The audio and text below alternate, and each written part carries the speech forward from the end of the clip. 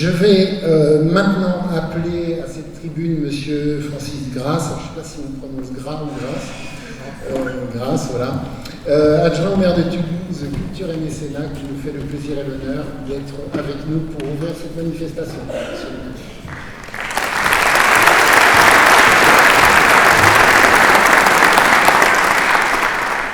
Bonjour à toutes et à tous. Alors moi je suis très heureux de vous souhaiter tout simplement la bienvenue à tous d'abord, puisque, comme disait le président, vous venez sans doute de nombreux endroits de France. Toulouse est un peu au sud de la France, c'est pas très commode d'arriver, mais vous êtes là, et tant mieux. Donc bienvenue à Toulouse, et puis je vais vous dire juste 3 choses. D'abord vous dire aussi bienvenue à Saint-Pierre-des-Cuisines, parce que cette salle, c'est quand même un lieu très important de Toulouse, c'est un lieu patrimonial, c'est un bâtiment classé monument historique depuis 1977, mais vous l'avez peut-être aperçu quand vous entrez, vous avez sous cet auditorium, vous avez aperçu, il y a une crypte gallo-romaine. Au fond, cette église a été construite sur les restes d'une basilique paléo-chrétienne.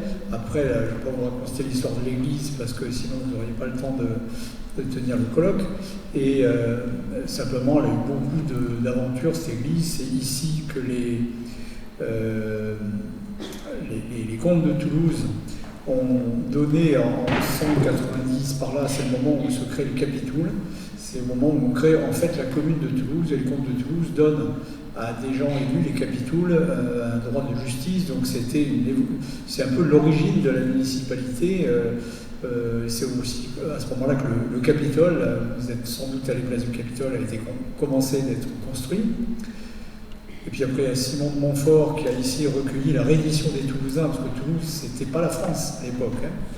Et donc, il y a eu des batailles, nombreuses, la bataille de Muret, les Toulousains ont perdu, et c'est ici que s'est passée la reddition. Bon, ensuite, à la Révolution, les biens ecclésiastiques ont été réquisitionnés, l'église a été entre un arsenal, une fabrique de canons, enfin, vous voyez, c'était une utilisation beaucoup moins spirituelle.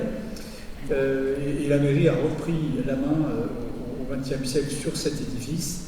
Et ce qui est important, et j'en reviendrai tout à l'heure, cet auditorium a été transformé pour la musique, parce qu'effectivement le conservatoire est de l'autre côté de la place Saint-Pierre, que vous avez peut-être aperçu quand on arrive ici, et il est d'ailleurs géré par le conservatoire, il est dédié à la musique, à la danse ou au théâtre, et bien sûr, comme disait le président, c'est aussi une salle de concert, et tout le monde nous la demande pour des concerts, bien sûr, ou toute autre manifestation.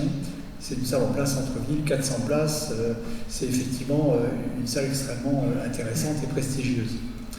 Alors, la deuxième raison de ma satisfaction, c'est de vous accueillir sur la thématique botanique, parce que je ne sais pas si vous le savez, alors moi j'ai en charge la culture à la ville de Toulouse et à la métropole. Alors quand on parle culture, on pense souvent justement musique, danse, théâtre, musée, mais la culture, dans le sens du mot culture, il y a aussi la connaissance. Et effectivement, la culture recouvre tout ce qu'on appelle aujourd'hui la culture scientifique, et à Toulouse, nous avons beaucoup développé toutes les thématiques de culture scientifique. À titre d'exemple, on y consacre 15 millions d'euros. Et nous avons 5 établissements dédiés à la culture scientifique. Évidemment, le plus ancien, vous devez, pour un certain nombre d'entre vous, bien le connaître, c'est le Muséum d'histoire naturelle, par des éditions qui était dédié, qui a ouvert au public en 1865. Donc c'est vraiment le plus ancien. Et il est à côté du jardin des plantes, et son origine était effectivement le vivant, la botanique et bien sûr le monde animal. Et par la suite, nous avons développé au XXe siècle, dans le domaine de la science et de la technologie, ça a été la Cité de l'Espace, qui est un lieu qui accueille à peu près autant de personnes que le muséum, dédié à la technologie spatiale, à l'exploration de l'espace ou à toutes les utilisations de l'espace. Ça, c'est les années 2000. Et puis au XXIe siècle, donc, on a ouvert 3 établissements nouveaux. Un dédié à une autre spécialité de Toulouse, qui est l'aéronautique, c'est Aéroscopia, qui est dédié à toutes les des activités plutôt de construction d'avions, donc il ne vous a pas échappé qu'on était une ville assez aéronautique, mais aussi le Quai des Savoirs, qui est un lieu de centre-ville qui lui est dédié plutôt à la science en général, et on y traite de tous les sujets de société qui croisent la science. En ce moment, je ne suis pas sûr que vous ayez beaucoup de temps, parce que vous avez, je crois, un programme assez dense. Nous avons une exposition au Quai des Savoirs qui est sur le terme des foules, mais les foules regardées d'un point de vue scientifique. Et c'est une expo qui est très, très, très intéressante. L'an dernier, c'était une grande expo sur l'intelligence artificielle. Et puis, enfin, un dernier établissement qui s'appelle l'Envol des Pionniers, qui se trouve à l'endroit exact où, en 1917, a été créée la première usine d'avions pour la guerre de 14. C'est à la fin de la guerre de 14. Et se trouve qu'en 1918, c'est de cet endroit qu'est parti le premier avion civil pour transporter le courrier, qui a donné lieu ensuite à la naissance de l'Aéropostale, puis Air France. Air France est né là. Et puis ça a permis le développement de l'aéronautique, à la fois construction, mais aussi l'aérien. Donc vous voyez, on a beaucoup de choses sur les thématiques scientifiques. Alors évidemment, les sciences de l'environnement gardent toute leur place parce que le muséum s'est maintenant élargi au fond à tout ce qui touche à l'environnement, et notamment à la biodiversité. Donc c'est un sujet évidemment majeur, et si vous êtes là, c'est que vous le partagez évidemment. J'ai noté aussi, alors puisque on croise toutes les sciences dans votre programme, moi qui ai fait pendant pas mal d'années un peu de mathématiques, j'ai vu que vous aviez un lien avec le nombre d'or et les suites de Fibonacci, donc ça me parle, parce qu'on vous a dit que je suis beaucoup plus inculte que vous.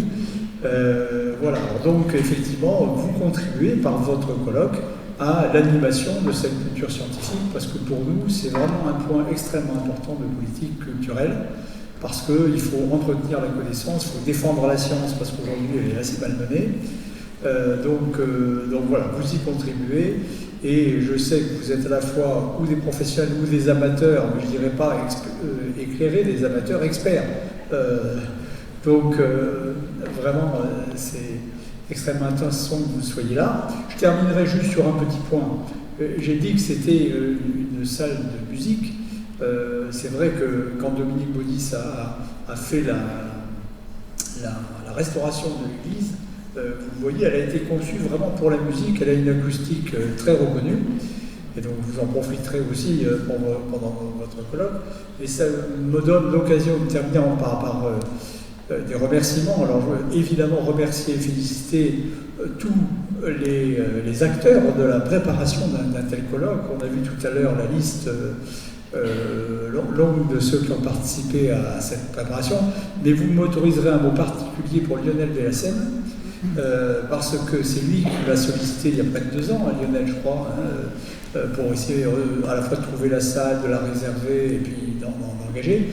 Mais alors comme dans mes fonctions culturelles, j'ai une autre fonction à la fois qui m'honore et qui est importante, c'est président de l'établissement du Capitole, qui réunit l'Orchestre national du Capitole et l'Opéra national. Ben, Lionel, il était hier soir, il jouait dans Thaïs de Massenet à l'Opéra, c'était la première, mais ce matin il était lato, je crois. Donc Lionel, c'est un de nos brillants musiciens, bassoniste, et je lui adresse un remerciement particulier, et je vous souhaite